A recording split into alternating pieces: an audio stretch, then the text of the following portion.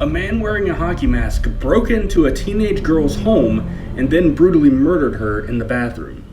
No, this isn't the plot to a Friday the 13th movie. This actually happened in a small Massachusetts town in 1988. Friday the 13th, A New Beginning was the fifth movie in the Friday the 13th film series.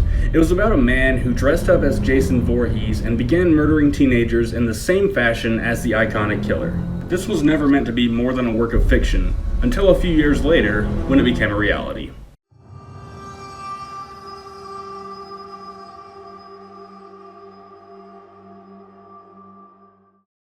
Greenfield, Massachusetts is your prototypical New England Halloween town.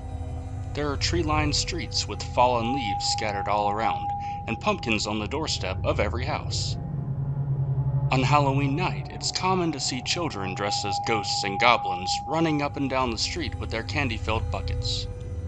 The Halloween of 1988, however, was much different. On October 24th, 18-year-old college student Sharon Gregory was home alone when a man wearing Jason's iconic hockey mask broke into her house. Terrified, Sharon ran upstairs and down the hallway, but the intruder caught her and proceeded to stab her in the back and the head, before finally slitting her throat, killing her. The intruder then put her body in the bathtub and left the house. Her twin sister Cheryl returned home not long after and found Sharon's body. She told police immediately who she thought committed this crime. The suspect's name was Mark Branch. He was a local grocery store clerk with an obsession with horror films, particularly the Friday the 13th series.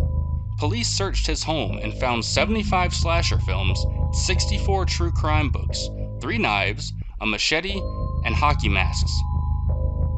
A video store clerk in town said that Branch would only rent gory movies, quoting him as saying, "The gorier, the better." You may be wondering how they were able to narrow down the suspect list to just Mark Branch so quickly. It's because Sharon Gregory wrote a psychological profile on Branch for her college class, and allegedly, he wasn't happy about it. Sharon was a freshman psychology major at Greenfield Community College, and she had recently written a paper for her class about Branch's obsession with horror films. The paper had been referenced by multiple people, but police were never able to locate it, leading some to believe that Branch took it after the killing.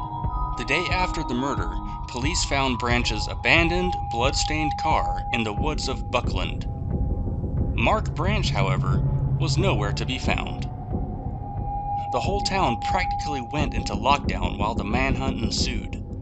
Halloween festivities were canceled, and the yearly Halloween movie screenings that happened in town were also canceled out of fear that Branch might return to kill again.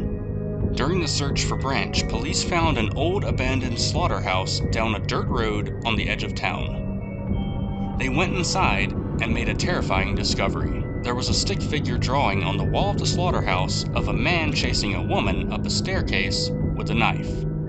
Underneath were the words, "A death of intention." Branch wasn't located in the slaughterhouse, but they suspected that this was where he liked to hang out. No incidents occurred on Halloween, and the town felt a sense of relief. But they were still on edge because the elusive slasher still hadn't been caught. They didn't know if he was somewhere nearby, hiding in the shadows, waiting for them to let their guard down before striking again. But the weeks went by, and there was still no sign of Mark Branch anywhere, until November 29th, 1988. Local resident Kevin Purrington was hunting deer in the Buckland woods when he heard the sound of a tree branch snapping above him. He looked up and saw Mark Branch hanging from the tree by his bootlaces and belt, still wearing his Jason mask. He quickly ran to fetch police. Coroners determined that Branch had been dead for a while, and said he probably killed himself the very same day that he killed Sharon Gregory. However, due to his death being ruled a suicide so quickly, some residents suspected that he had been killed by vigilantes. Was Mark Branch playing out a sick fantasy of wanting to turn into Jason Voorhees? Was he getting revenge on Sharon Gregory for writing a paper on his obsession with horror films? Now, I'm a big fan of horror movies myself, and I'm not a believer that they cause people to do bad things.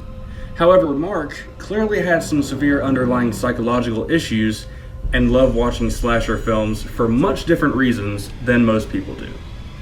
Thanks for tuning in to another video. Make sure you hit the like and subscribe buttons and turn on notifications so you can be first in line to hear more true horror stories like this. It's farewell for now, and I'll see you in the next video.